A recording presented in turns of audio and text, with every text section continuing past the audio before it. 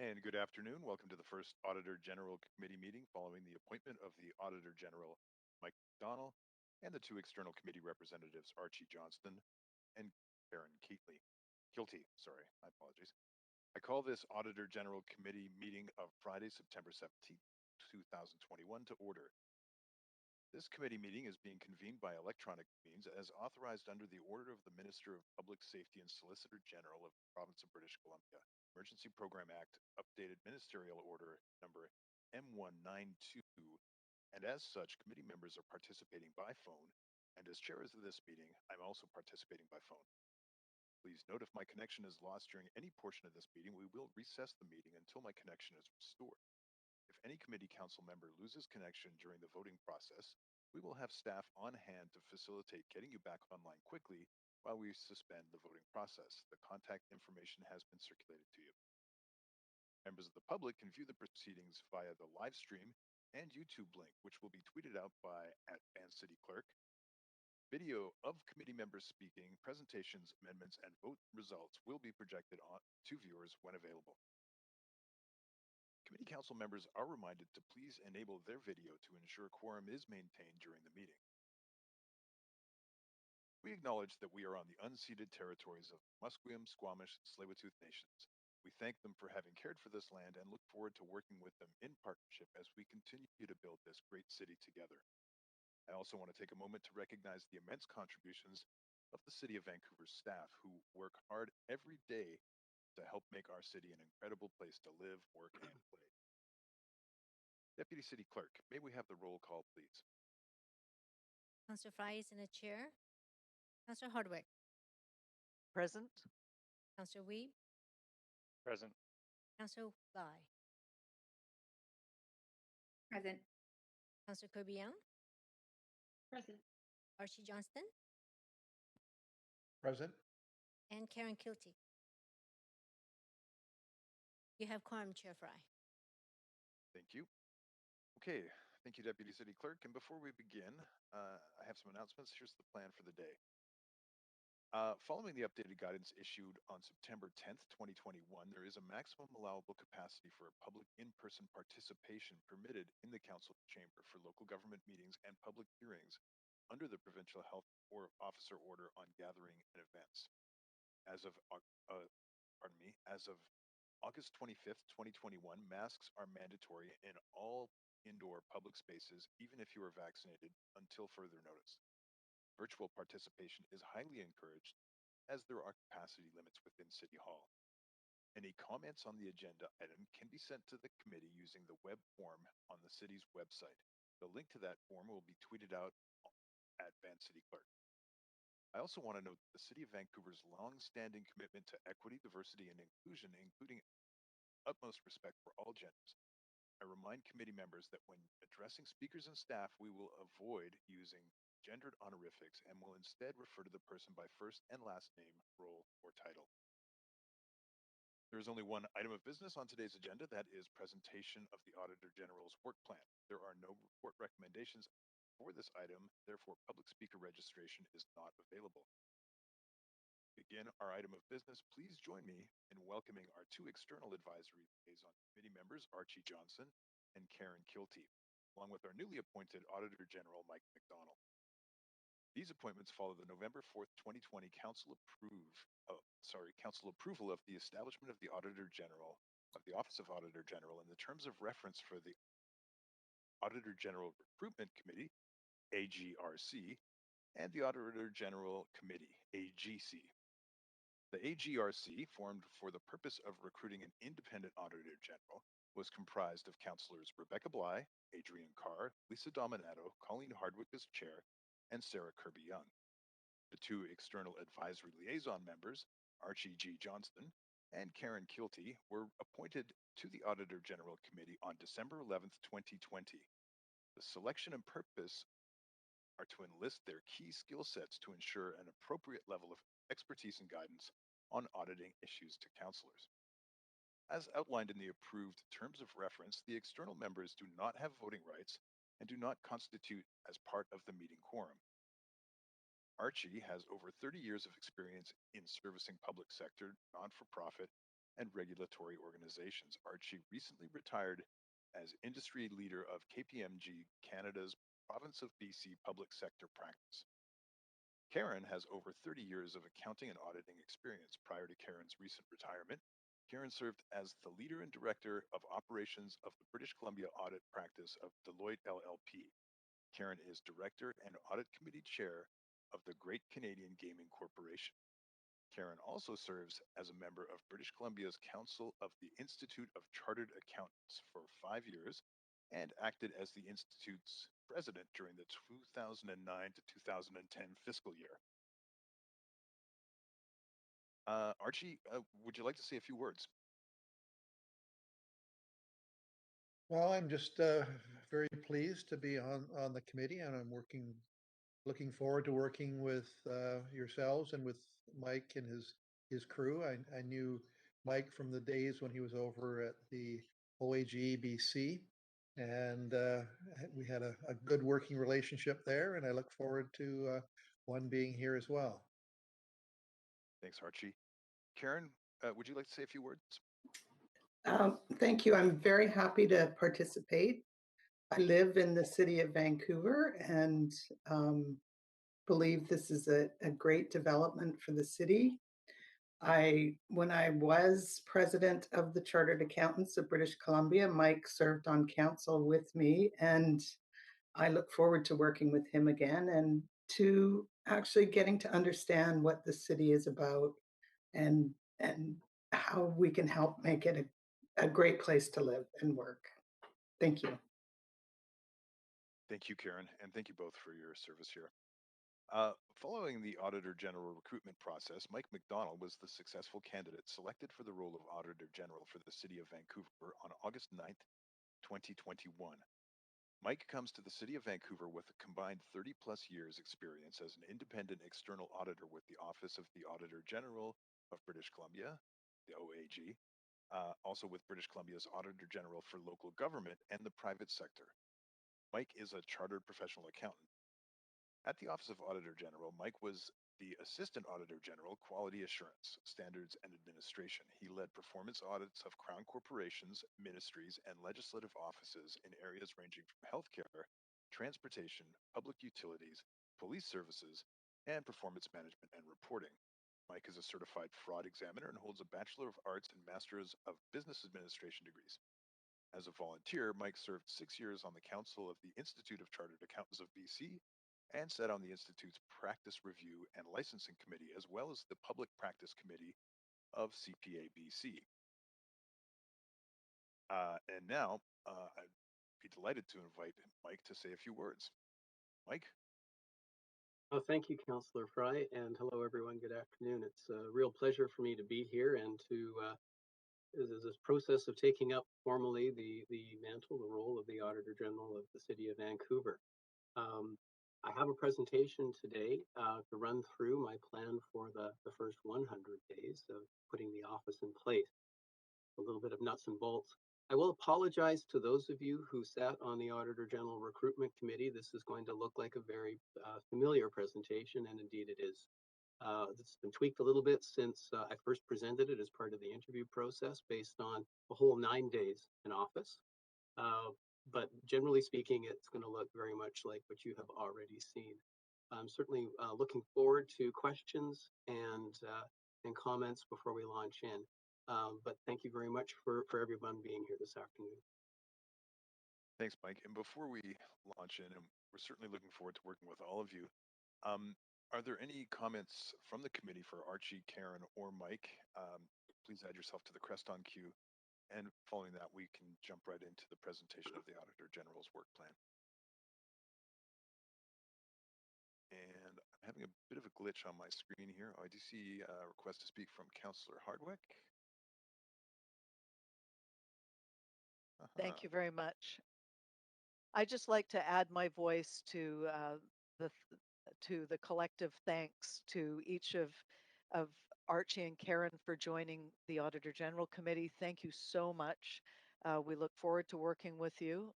And to Mike MacDonnell, you know, it's been a couple of years since we started down the path of working towards establishing our office, inaugural office of the Auditor General. And we're just so pleased to have you join us. I can't even start to tell you how glad we are you're here. Thank you. Thank you, Councillor Hardwick. And seeing nobody else on the queue, just double checking. Yeah, seeing nobody else on the queue, we'll now proceed with our only item of business on today's agenda, presentation of the Auditor General's work plan. Before we begin, does any committee member wish to declare a conflict of interest on this item? Great. I will now invite our Auditor General, Mike McDonald. And Mike, please correct me if it's McDonald or McDonnell. It's actually McDonnell, but yes, thank you, Mr. Chair. And I very much appreciate that correction. Thank you. And please proceed with the presentation of the Auditor General's work plan. Thank you. I'm just going to share my screen here and get the presentation rolling. Just a moment.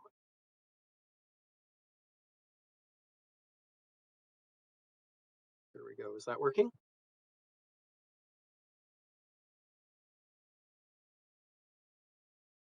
Oh, I'm getting Yes, go silent. ahead, Mike. It is working? Okay, thank you. All right, so as I mentioned earlier, this is going to look very familiar to those of you who are on the Auditor General Recruitment Committee, and so I'll apologize for the repetition, but I think it's important that we go over these elements again to make sure that everybody's on the same page, quite literally, as we move forward. So just the overall structure of the presentation, I'm going to be relatively brief, try to keep it to 15 to 20 minutes. The overall objectives will be the first thing I'll talk about, the objectives for the end of the first 100 days. I've broken that down into 3 time frames. So the first 30 days, the next 30, and then the last 40. And in each of those time frames, areas of focus. Human resources, which is, of course, going to be the #1 priority. Leaders get things done through people. And so getting staff in place for me is going to be priority #1. Structural necessities are really the nuts and bolts of putting the office together. And the knowledge of business is a really important element. A good audit program is premised on a good understanding of the subject matter. I'm not from the city of Vancouver, so I have an awful lot to learn. I guess in the one sense, it's great because the Auditor General is truly independent. I can't even vote in the city of Vancouver.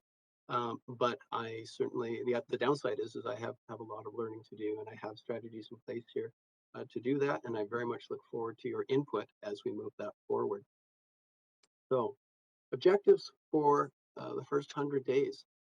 The key building blocks, as I mentioned earlier, staff is #1. So that's my #1 priority. Obviously, we need a budget in place as well. And so I'll be partaking in the budget process that the city is going through over the next couple of months to get that in place. Auditor General Minister of Policies and Procedures as needed. You may recall from the Auditor General bylaw, there is an expectation that there'll be a review of existing city bylaws to ensure that there's nothing that impedes the independence of the Office of the Auditor General. And that's very much in progress right now.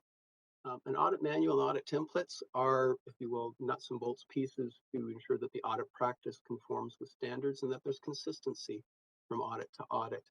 The audit manual is required under standards. It's essentially our engagement manual and our professional engagement manual, excuse me. And it's my direction to staff for how work will be conducted, how relations will be conducted, and how we'll ensure the conformity with Canadian auditing standards. A good audit plan, of course, needs good information. So the next 3 items are part and parcel with that. Meeting with members of council. I've sent out or solicited invitations to meet with each of you and the other members of council who are not on this committee, and look forward to having that done over the next couple of weeks. I've also met with certain senior managers, and I look forward to meeting with all the senior management team of the city, internal audit department, of course, and board chairs. I'll come back to that a little bit more as we go through the details. An advisory committee, I think, is extremely important. We don't know what we don't know. And so an advisory committee is to provide expertise and input and knowledge about how the city works, the key players, the key issues as I develop the audit program, and then to advise the office, and me in particular, as we move forward and that audit plan continues to grow and evolve. I put something similar together or a couple of actually similar things together at the Auditor General of British Columbia. Archie Johnson was part of one of those groups. We've had industry experts, we have academics, we have representatives from the business community, First Nations communities, really to provide that overview, that background as to what's relevant and important in the city. And lastly is reaching out and speaking with the public, stakeholders in particular. And I'll go into that in a little bit more detail as we get to that slide. But the main deliverable at the end of all of this is an initial 3-year audit plan. Now, the Auditor General bylaw only requires me to put together a 1-year audit plan, but I'd like to exceed that expectation and speak to what I think is important down the road, not just the immediate year, but in the years that are following, and really have that as part of an open conversation with you, the committee, and the other members of council. Like I said, really very much interested in hearing your feedback. Well, the decisions about the plan are entirely mine. It is my plan. I'm very much interested in understanding where your interests lay and making sure that those are met to the greatest degree possible. So let's go to the immediate priorities for those first 30 days. Under human resources, what we have here in the chart is what I perceive to be the best structure getting the office up and running to begin with. So in addition to myself, we'll have an administrative support, a deputy auditor general, and then 2 audit principals. The audit principals really are the leaders of the operational audits that will be going on an ongoing basis, and expect these people to have a high degree of experience in performance audit work, preferably professional designations as well to speak to that. To put that in place, we require job descriptions for each of those positions, and so we're working on that now. I'm a firm believer in not reinventing the wheel, and believe that imitation is indeed the most sincere form of flattery. So much of this is put in place already at the Auditor General for Local Government. So I'm looking to build very much from that. That office, as you probably know, discontinued operations at the end of March of this year. But the province has been very gracious in allowing access to the documentation to support the administrative functions of the office. And so we're going to be adapting those to the city framework and ensuring that we have a consistency with the positions in the Auditor General's office and the rest of the city. So in that first 30 days, we'll get the job descriptions and begin recruitment for the senior positions in the audit office.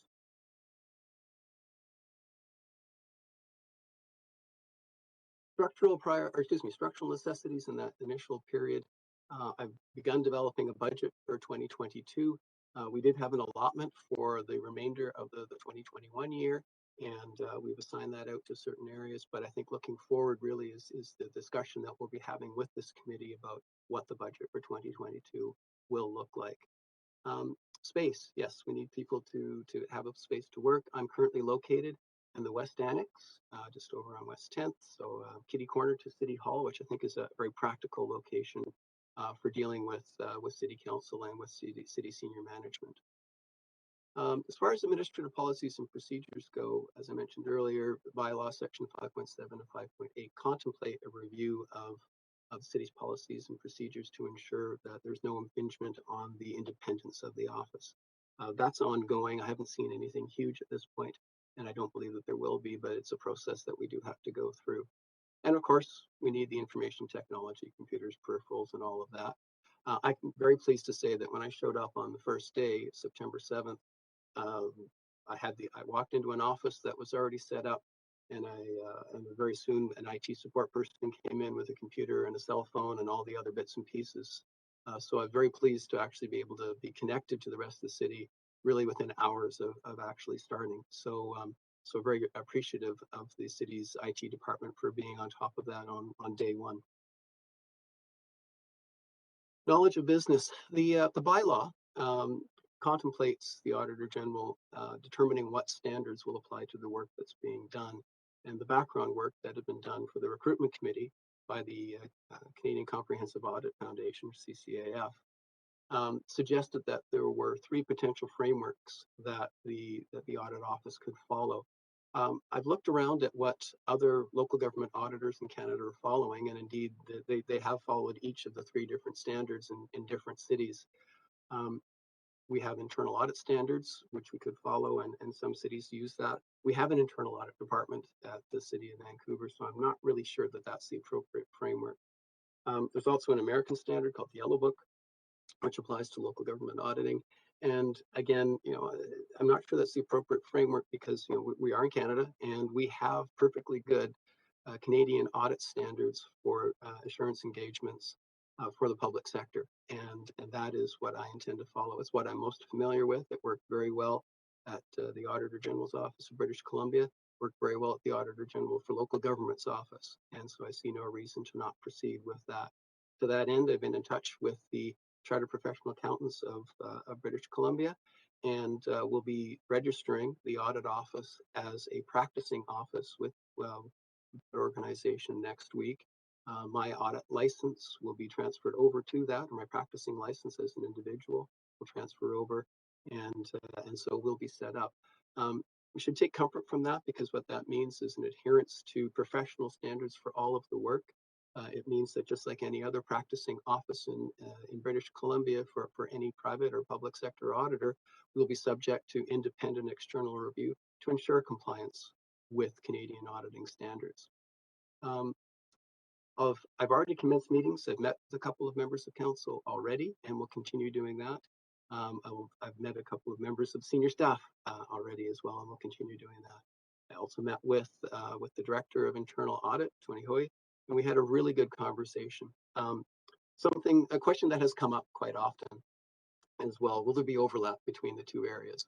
And that's something that Tony and I very much agree we do not want to do. It doesn't serve the city's interest. And so what we discussed was, how we're going to coordinate our work programs to ensure we have, understanding of the areas that would be his areas and areas that are my areas. Also, we talked about the potential for coordination with staff. He has some staff that have particular skill sets that I think would be quite useful, whereas my staff will be composed generally of largely of generalists. He has some very specific technical expertise and was quite welcoming in the idea that perhaps I could borrow some staff from time to time when and as needed to bump up my capacity rather than hiring expensive external consultants. It's a win-win for the city in that regard. We also talked about how we'll handle whistleblowing complaints as they come in. And what we agreed to is that as they come in, we'll convene and we'll talk about who's best positioned to address that. In some cases, it might be more practical for an external audit. In other cases, it might be something that Tony's team is able to handle immediately and without an awful lot of investment. So again, I think that's a win-win for the city. They'll get the right people applied to situations as they arise. I've met with legal and FOI as well. That's something that I brought up during the interview process, a general concern about how Freedom of Information and Protection of Privacy Act will be applied to the work of this office. Work that's the audit files, of the Auditor General of British Columbia and the local government auditor were exempt from that act. And in this case, they aren't, but we do have to work through to make sure that the FOI operates in a way that does not impede the effectiveness and independence of the office and maintains the confidentiality of those who are providing information.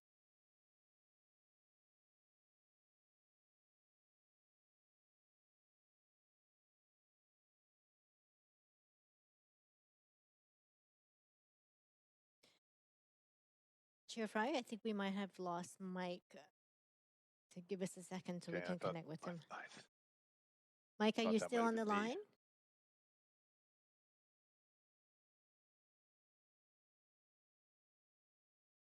Well, let's take a quick pause while we see if we can get Mike back on the line.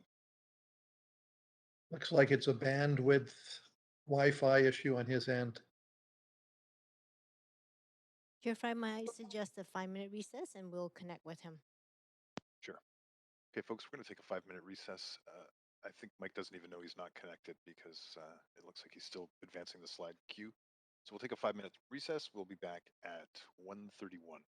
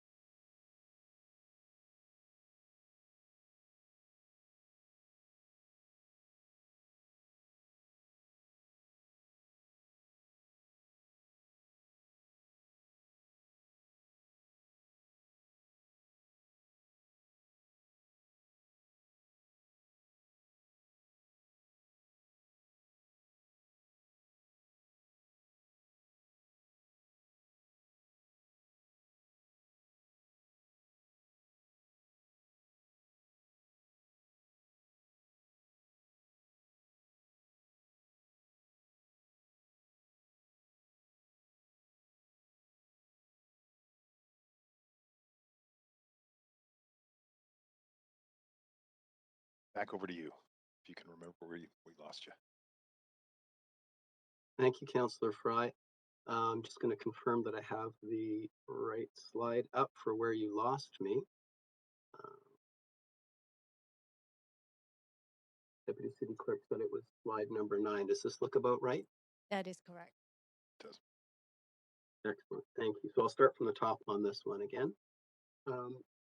So in the intermediate priorities under knowledge of business, I'll have met with the advisory committee. We'll have the audit manual drafted, and we'll have whatever policies and procedures are necessary put in place. One thing I wanted to conduct was an external audit orientation with council, and I believe we have a meeting scheduled. The purpose of that is twofold. It's really intended to be a two-way exchange of information. On the one hand, it's to enhance council's knowledge with respect to what performance audit is, what they can expect from it, what the process looks like, what they can expect from me, and what things are going to look like from their end. But on the other side of it, I'm really looking also for input as far as putting the plan together, what priorities are, and really to brainstorm, groupthink, if you will, what everybody is thinking in the room about where the priorities could be, and very interested in that input. Go. Okay, so we're into the final period, the tertiary priorities. This is the operational structure that I've been looking at to have in place for the office over the long term.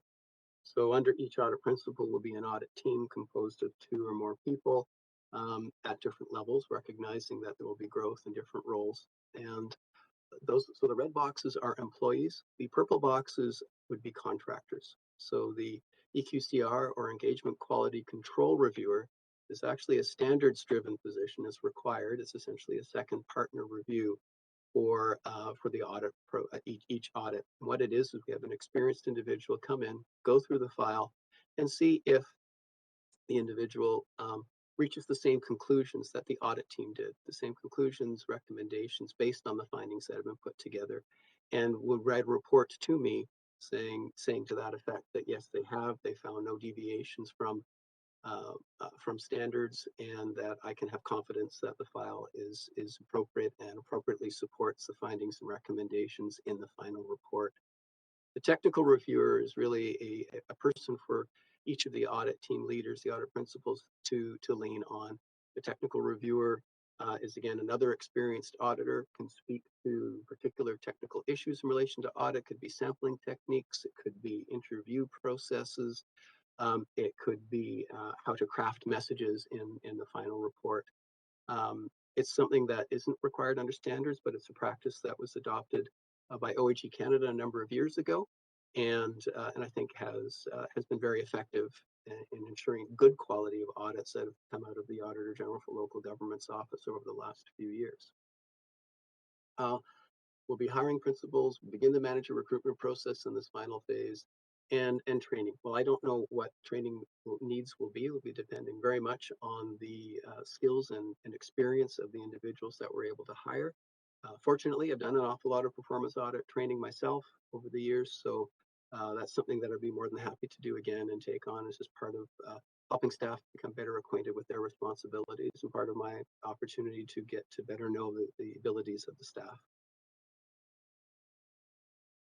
Structural necessities. Okay, so we'll put the contractors will be put out to open tenders. So requests for qualifications out in the public domain. We'll draft our audit templates, which are really just the nuts and bolts to ensure consistency between audits and conformity with Canadian audit standards.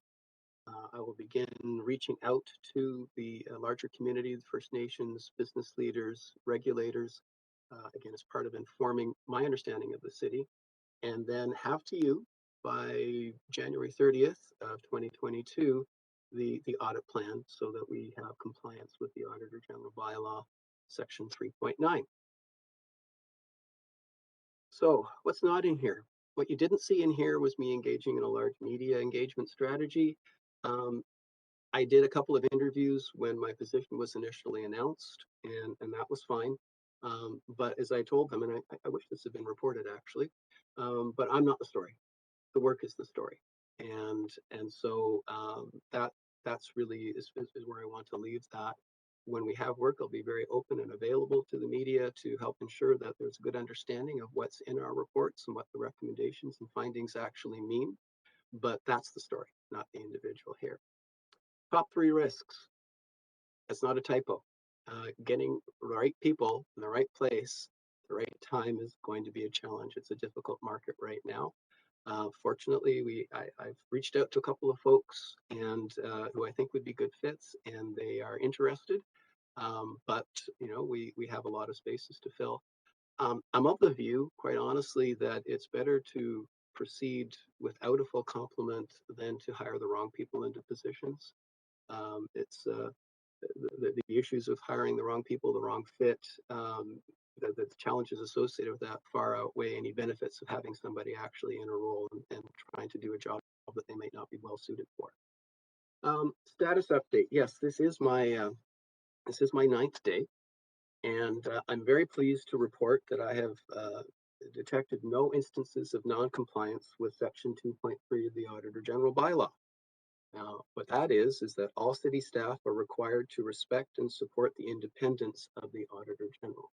And in fact, I would like to take this opportunity to thank the city manager and his team for the work that's gone into having the office prepared, and also the office of the city clerk for all the work that they have done, ensuring that the office is set up and that I could, to the best way possible, hit the ground running. And so we've begun a contracting process to get the support so we can develop proper job descriptions and whatnot. We've had outreach to the province. So anyway, I think we've made as much progress as could reasonably be expected in a very short amount of time. And that wouldn't have been possible without the full cooperation and support of city staff. So my thanks very much. So that brings to conclusion my presentation, and welcome any questions. Great.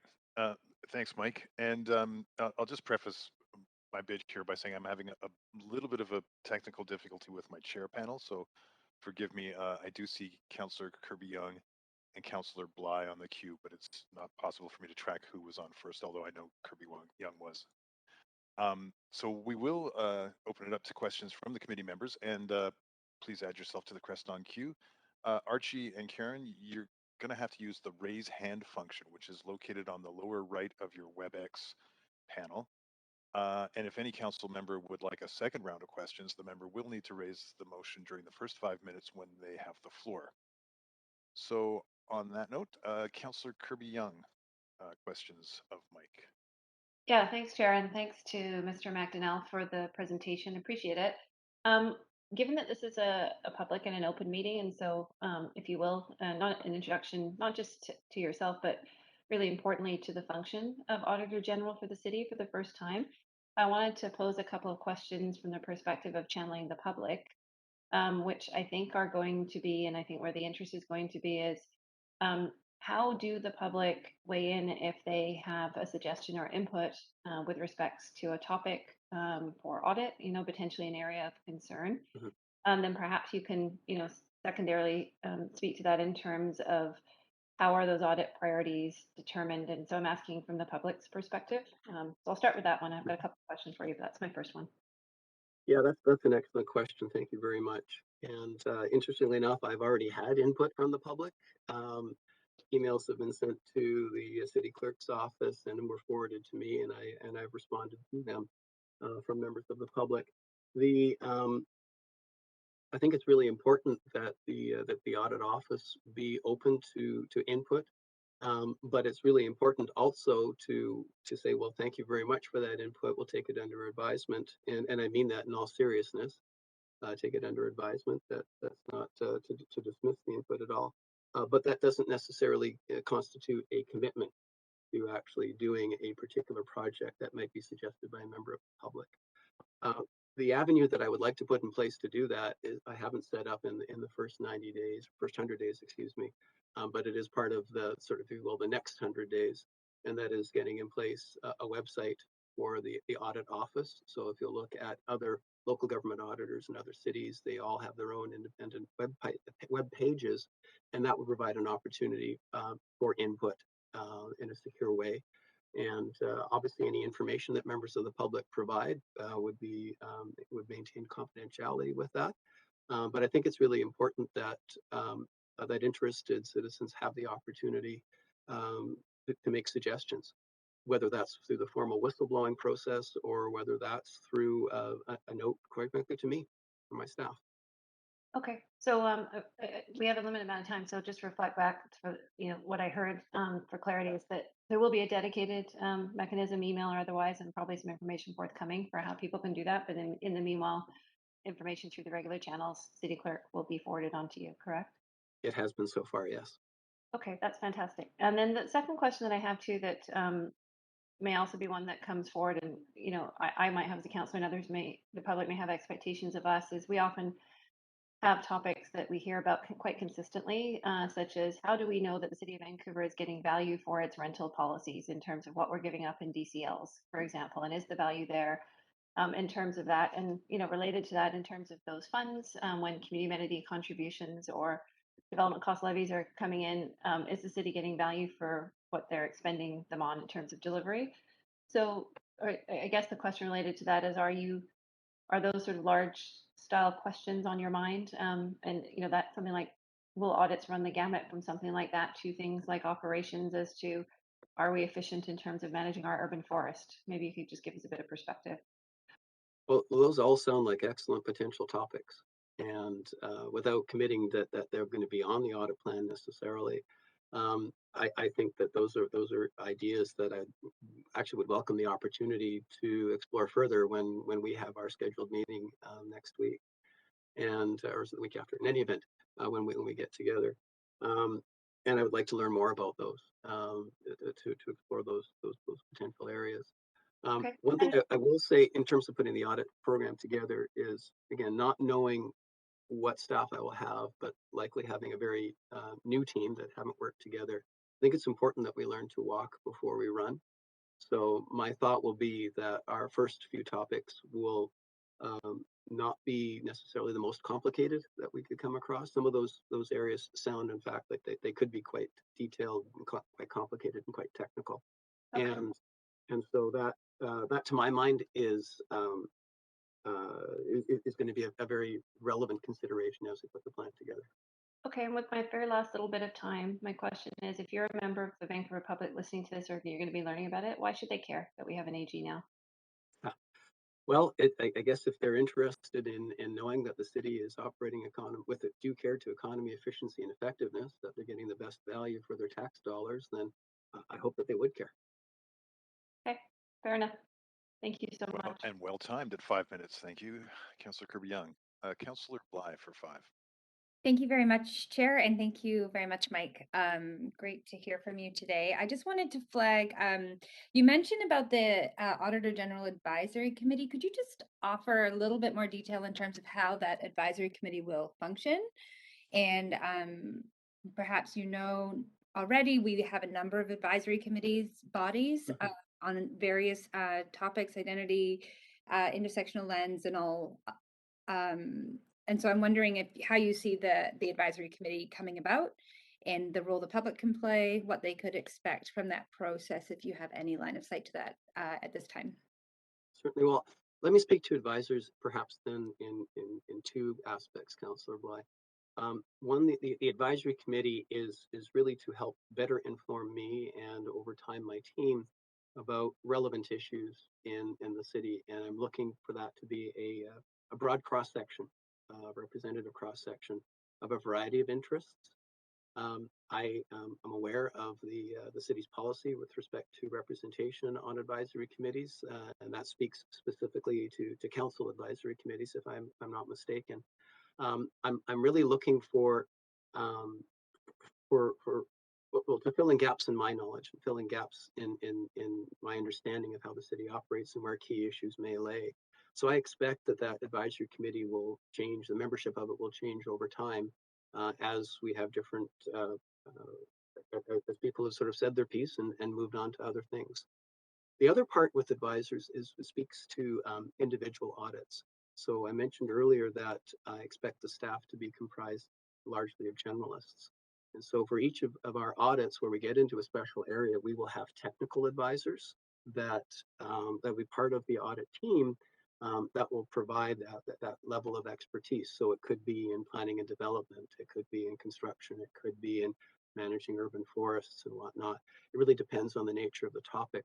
And this is a very normal and common audit practice in legislative audit offices across the country, so that we have that level of expertise, because it's impossible for a team as small as ours to be experts in everything. There will be people who have certain levels of expertise in certain areas, but by and large, we'll be relying on the expertise of independent third parties who will be an integral part of the audit teams. Great. Thank you very much. Just a quick follow-up to that. Does that mean that, especially in the construct of a technical advisor, depending on what the focus is, that sort of formation of that advisory committee could be seen to alter or change over time? Do you expect? I fully expect that it will, yes. And will some of the membership on that type of committee remain static, in the sense that there'll be some consistency with other roles changing? I think it would just depend on the individual advisors if they feel that they wish to be part of the process on a go-forward basis, or whether they've, as I said their piece. I think turnover will be important on that group, but also consistency. And so I expect that the group will be meeting probably no more than a couple of times a year, and as always is the case with busy people, not everybody who'd like to attend a session can actually attend. So by default, there will be a change from meeting to meeting. Okay, that's really helpful. Thank you for explaining in detail that piece of your presentation, which I have seen before, being part of the recruitment committee, but equally as interesting.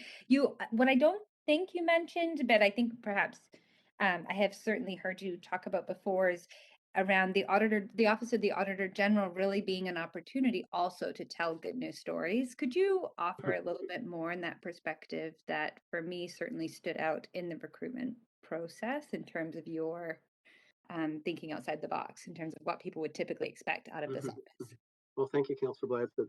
That's another great question. And yes, it did come up during the interview process. And in fact, I think I put that in my letter of introduction. But I think it's a really important principle of the credibility of the office, that auditors should report with equal vigor news that is good, as well as news that perhaps cites or points out opportunities for improvement. And I think it's important that we select audit topics that are important, not necessarily ones where we think that there are problems. And that's just a fundamental principle of how I would like this office to conduct its work. I think that the challenge that auditors face is that there's an expectation that every audit that they have is going to have a long list of opportunities for improvement. The challenge with, if you will, always conveying what could be perceived as bad news, is that it rather than reinforcing confidence in the institutions of the government, it can have the opposite effect. It can erode that confidence. And so I really want this office to be seen as an honest broker. And if we come across nothing but positive findings, I will be very happy to report that with the equal degree of vigor and energy as I would report findings that suggest need for improvement. Okay, great. I think that's my time. Thank you very much. That is your time. Thanks, Councillor Bly. Councillor Wiebe for 5. Yeah, it's the first time seeing the presentation. It's great. It's exciting. I think the City of Vancouver is really excited to see what this could look like. My first question is, you've talked about the difficulty in this market right now to find strong staff. I'm wondering, are you going to do a phased approach where you might do a smaller office and it will grow over time, recognizing this is the capacity I'll be able to do over the first little bit, recognizing you won't be able to hire all the positions necessary to run a full AG office, recognizing the... That's a fair consideration, and at this point, I don't know what we're going to get. I believe that that the city is a very competitive employer in this market, but we're also looking for people with very specific skill sets, and there aren't a huge number of them out there.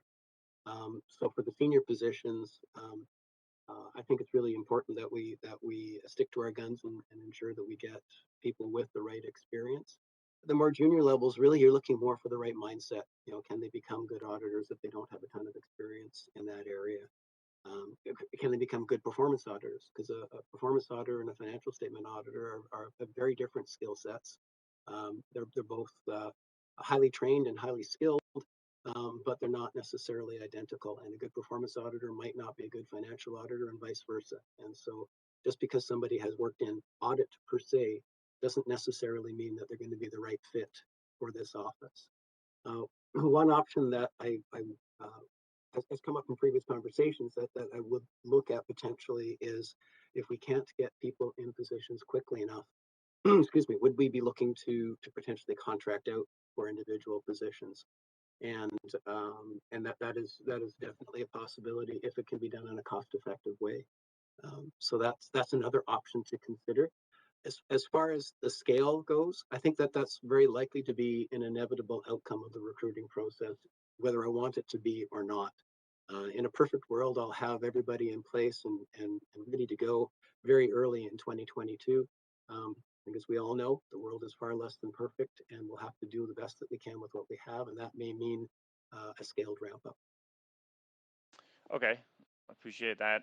Second question is, cities are now looking at well-being budgets, triple bottom lines, really involved in social justice and other things. So auditing for where the pennies have gone, where the dollars are being spent, sometimes isn't really the outcome that certain programs are trying to accomplish. I'm just wondering, recognizing the change in municipal governance and the outcomes that we're trying to deliver to our citizens, can you talk about how it won't be a traditional system and we can be more adaptive to the new structures of what municipalities are trying to deliver?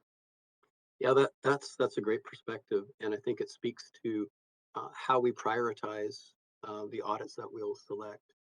Um, I believe it's the City of Toronto has a requirement that they have to identify the cost savings associated with each of their audits, and well, I think that's identifying cost savings where it's practical to do so is an absolutely fantastic idea.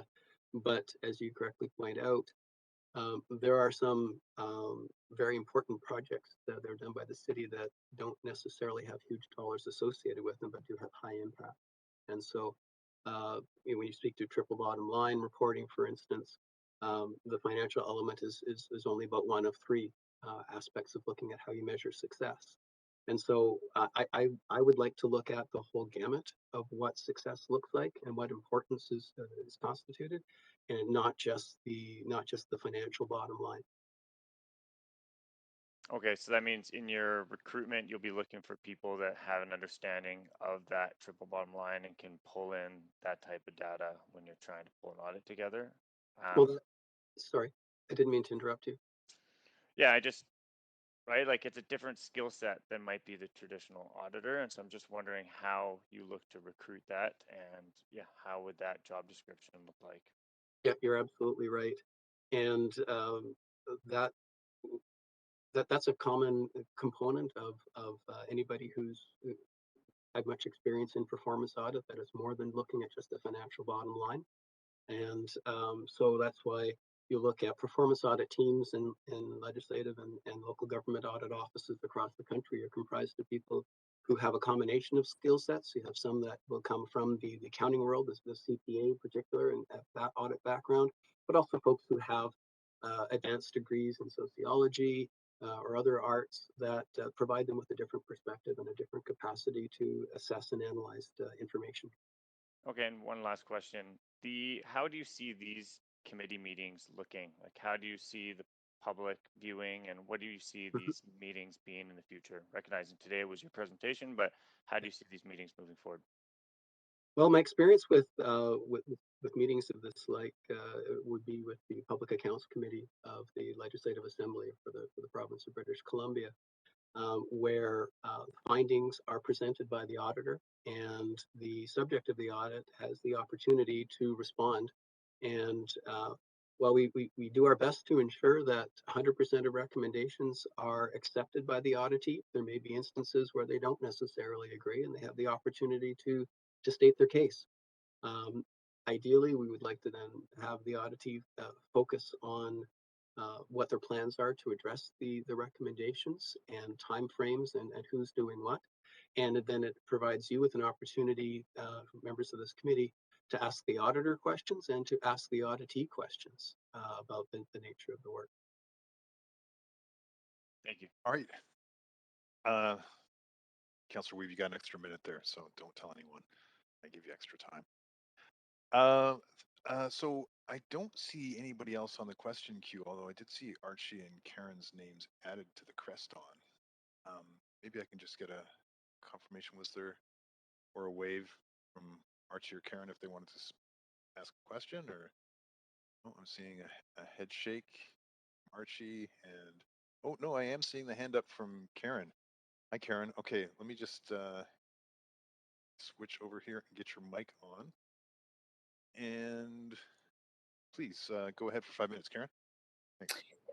Yeah, a lot of my questions have been answered, but more of a comment. I do appreciate and support many elements of the 100-day plan that you put forward, Mike.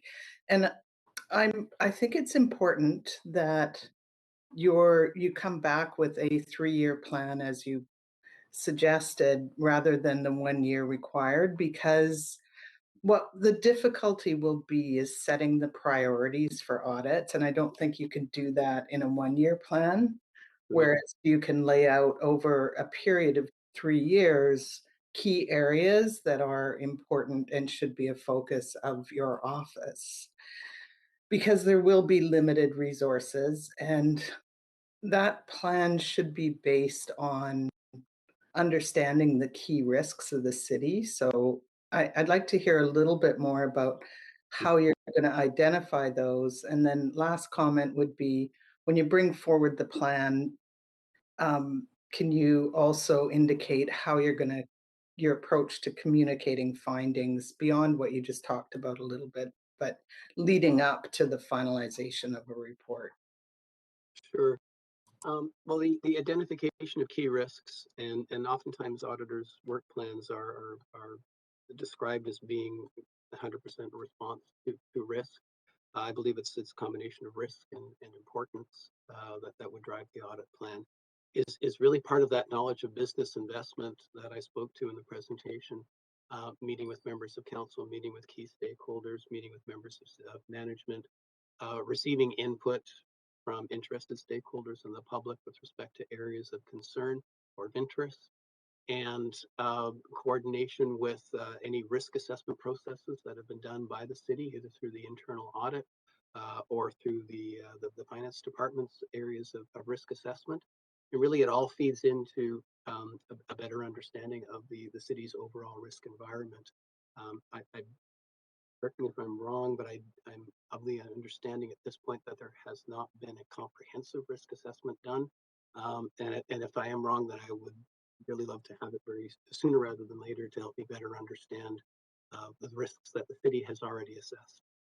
I'm sorry, the second part of your question, Karen, if you could please remind me, was which, sorry? Just your approach to developing and communicating findings. Yeah. Thank you. The very fundamental principle that I've heard referred to as the no surprises rule is something that I have been putting out to all members of the city staff. As the audit process progresses, we go from planning to conducting to reporting. As we are determining what our key findings are, what our conclusions are in relation to the audit criteria, and then what recommendations might flow from those findings and conclusions, we will be discussing that in depth, in detail with the auditee, so that by the time the report is made public, by the time the presentation is made to council here, it will come as no surprise. City staff may not necessarily agree with the conclusions, may not agree with the recommendations, and that's fine. That's not a preferred outcome, but if that's where we are, then that's fine. But they will not be surprised. And if there is a surprise, then I will have failed in my communication mandate. And so I've asked city senior staff to hold me to that standard, so that there are no surprises. All recommendations and findings I anticipate will be put out in public.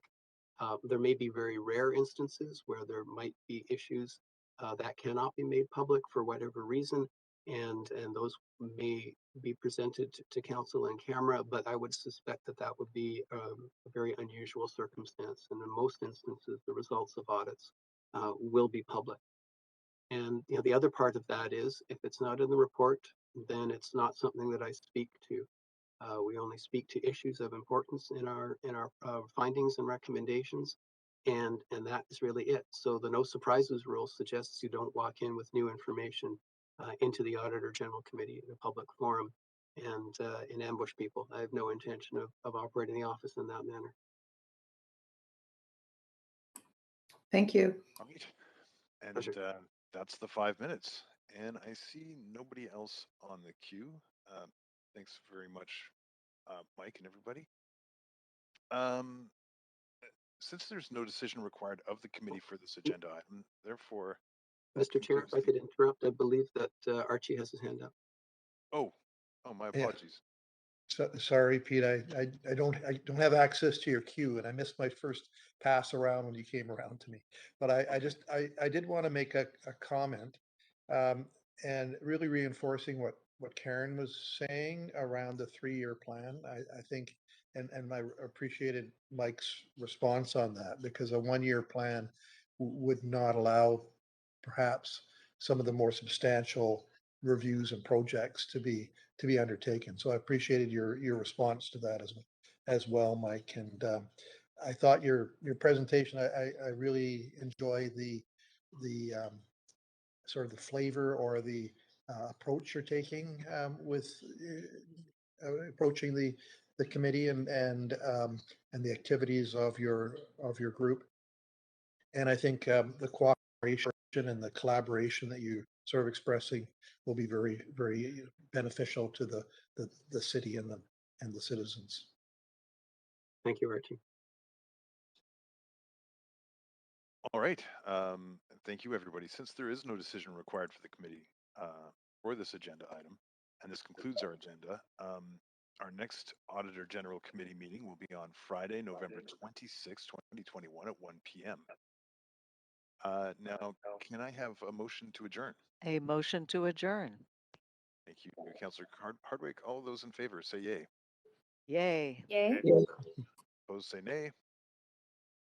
All right, the motion carries unanimously, and this meeting is adjourned. Thank you, everyone. Thank you. Thank you. Have a good Thanks, weekend, everybody. everybody. Take care now.